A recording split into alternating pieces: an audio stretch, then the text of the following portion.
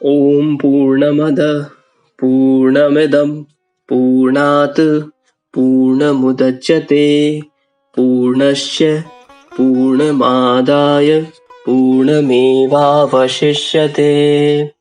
श्री जगदम्बिकायै नमः। आज हम परम कल्याणमयी जगदम्बा अम्बा की कृपा से चतुर्थ स्कंद का चौथा अध्याय का पठन और श्रवण शुरू करने जा रहे हैं, जिसमें व्यास जी द्वारा जन्मेजय को माया की प्रबलता समझाना वर्णित है। ओम चंडिका देवी का नमस्कार है। राजा बोले, हे महाभाग, इस आख्यान को सुनकर मैं बड़े आश्चर्य में पड़ गया हूँ। हे महामते, यह संसार पाप का मूर्त रूप है। इसके बंधन से मनुष्य किस प्रकार मुक्त हो सकता है? जब तीनों लोगों का वैभव पास रखते हुए भी कश्यप मुनि की संतान इंद्र ने ऐसा पाप कर्म कर डाला, तब कौन मनुष्य पाप नहीं कर सकता? अद्भुत शपथ लेकर सेवा के बहाने माता के गर्भ में प्रविष्ट होकर बालक की हत्या करना तो बड़ा भयानक पाप है। सबके शासक, धर्म के रक्षक और तीनों लोकों के स्वामी इंद्र जब ऐसा निंदित कर्म कर डाला, तब फिर दूसरा कौन नहीं करेगा?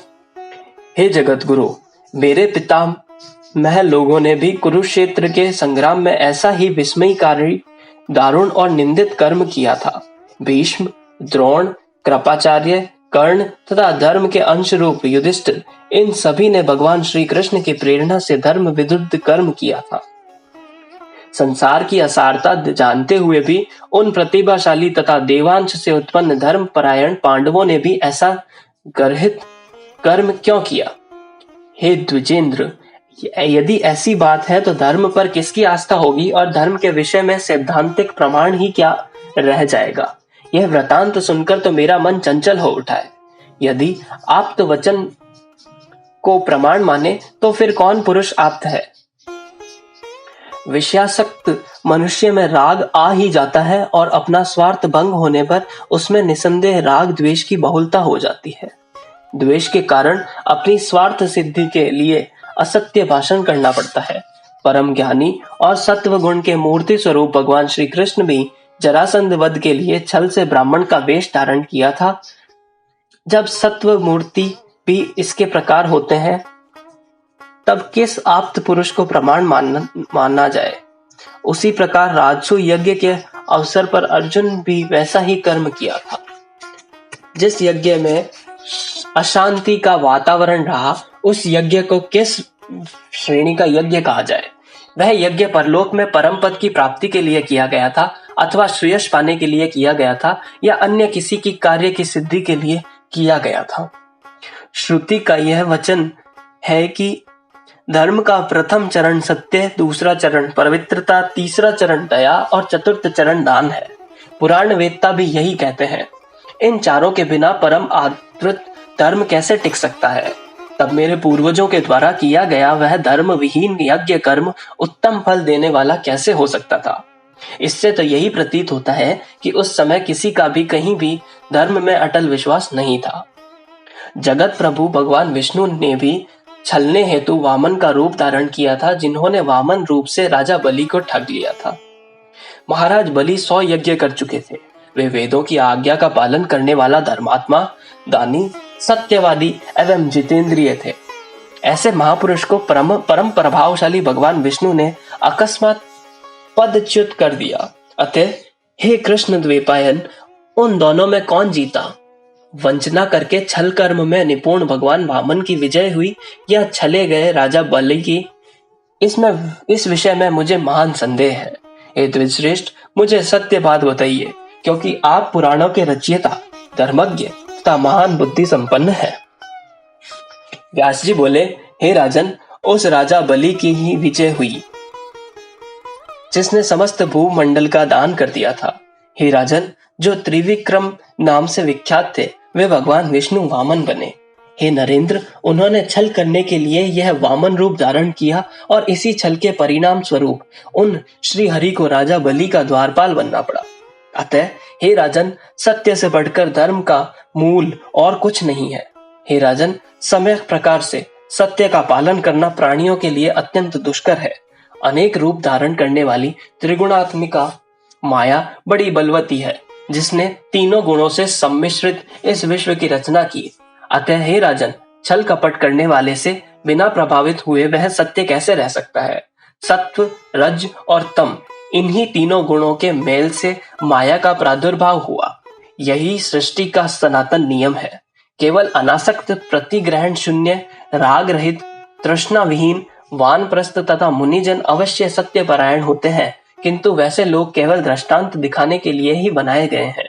हे राजन, उनके अतिरिक्त सब कुछ सत्व, रज एवं तम, इन तीनों गुणों से ओतप्रोत है। हे नृपश्रेष्ठ, पुराणों, वेदों, धर्मशास्त्रों, वेदांगों और सगुण प्राणियों द्वारा रचित ग्रंथों में भी कहीं एक वाक्यता नहीं मिलती। सगुण प्राणी ही सगुण कार्य करता है, निर्गुण से सगुण कार्य नहीं हो सकता, क्योंकि वे सभी गुण मिश्रित है, वे पृथक पृथक नहीं रहते। इसी कारण किसी की बुद्धि सत्य तथा सनातन धर्म में टिक नहीं पाती। हे महाराज, संसार की सृष्टि के समय माया से मोहित मनुष्य की इंद्रियां अत्यंत चंचल हो जाती है और उनमें आसक्त मन उन गुणों से प्रेरित होकर विविध प्रकार के भाव प्रकट करने लगता है। हे राजन, ब्रह्मा से लेकर तृण पर्यंत स्थावर जंगम सभी प्राणी माया के वशीभूत रहते हैं और यह माया उनके साथ क्रीड़ा करती रहती है। यह माया सभी को मोह में डाल देती है और जगत में निरंतर विकार उत्पन्न करती रहती है। हे राजन, सर्वप्रथम अपना कार्य सिद्ध करने के लिए मनुष्य का असत्य का सहारा लेता है। उस समय इंद्रियों के विषयों का चिंतन करते हुए जब मनुष्य अपना अभिष्ट नहीं पाता तो वह उसके लिए छल करने लगता है। इस प्रकार छल के कारण वह पाप में प्रवृत्त हो जाता है। काम, क्रोध और लोभ मनुष्यों के सबसे बड़े शत्रु हैं। इसके वश में होने के कारण प्राणी कर्तव्य अकर्तव्य को नहीं जान पाते। ऐश्वर्य बढ़ जाने पर अहंकार और भी बढ़ जाता है। अहंकार से मोह उत्पन्न होता है और मोह से विनाश हो जाता है। मोह के कारण मनुष्य के मन में अनेक प्रकार के संकल्प विकल्प होने लगते हैं। उस समय मन में ईर्ष्या, असूया तथा द्वेष उत्पन्न हो जाते हैं। प्राणियों के हृदय में आशा, तृष्णा, दीनता, दंभ और अधार्मिक बुद्धि ये सब उत्पन्न हो जाते हैं। भावनाएं प्राणियों में मोह से ही उत्पन्न होती है। यज्ञ, दान, तीर्थ, व्रत और नियम जो कुछ भी सत्कर्म हैं, उन्हें भी मनुष्य अहंकार के ही वशीभूत होकर निरंतर करता है। उनका अहम भाव किया गया सारा कार्य वैसा नहीं होता जैसा कि शुद्ध अंतःकरण किया जाता है। आसक्ति एवं लोभ से किया हुआ कोई भी कर्म सर्वथा अशुद्ध होता है। बुद्धिमान मनुष्यों को चाहिए कि वे सर्वप्रथम द्रव्य शुद्धि पर विचार कर लें। द्रोह रहित कर्म करके अर्जित किया हुआ धन धर्म कार्य में प्रशस्त माना गया है। हे नृपश्रेष्ठ, द्रोह पूर्वक उपार्जित किए हुए द्रव्य के द्वारा मनुष्य जो उत्तम कार्य करता है, समय आने पर उसका विपरीत फल प्राप्त होता है। जिसका मन परम पवित्र है वही पूर्ण फल का अधिकारी होता है और मन के विकार पूर्ण रहने पर उसे यथार्थ फल नहीं मिलता। जब कर्म कराने वाले ऋत्विक, आचार्य आदि लोगों का चित्त शुद्ध रहता है तभी पूर्ण फल प्राप्त होता है। यदि देश, काल, क्रिया, द्रव्य, कर्ता और मंत्र इन सबकी शुद्धता रहती है तभी कर्मों का पूर्ण फल प्राप्त होता है। जो मनुष्य शत्रुनाश तथा अपनी अभिवृद्धि के उद्देश्य से पूर्ण कर्म करता है तो उसे भी वैसा ही विपरीत फल मिलता है। स्वार्थ में लिप्त मनुष्य शुभाशुभ का ज्ञान नहीं रख पाता और देवाधीन होकर सदा पाप ही किया करता है, पुण्य नहीं। प्रजापति ब्रह्मा से ही देवता उत्पन्न हुए हैं और उन्हीं से असुरों की भी उत्पत्ति हुई है। वे सब के सब स्वार्थ में लिप्त होकर एक दूसरे के विरुद्ध काम करते हैं। वेदों में कहा गया है कि सत्वगुण से सभी देवता, रजोगुण से मनुष्य तथा तमोगुण से पशु पक्षी आदि तिर्यक योनि के जीवन में उत्पन्न होते हैं। अतएव जब सत्वगुण से उत्पन्न देवताओं में भी निरंतर आपस में वैर भाव रहता है तब पशु पक्षियों में परस्पर जाति वैर उत्पन्न होने में क्या आश्चर्य। देवता भी सदैव द्रोह में तत्पर रहते हैं और तपस्या में विघ्न डाला करते हैं।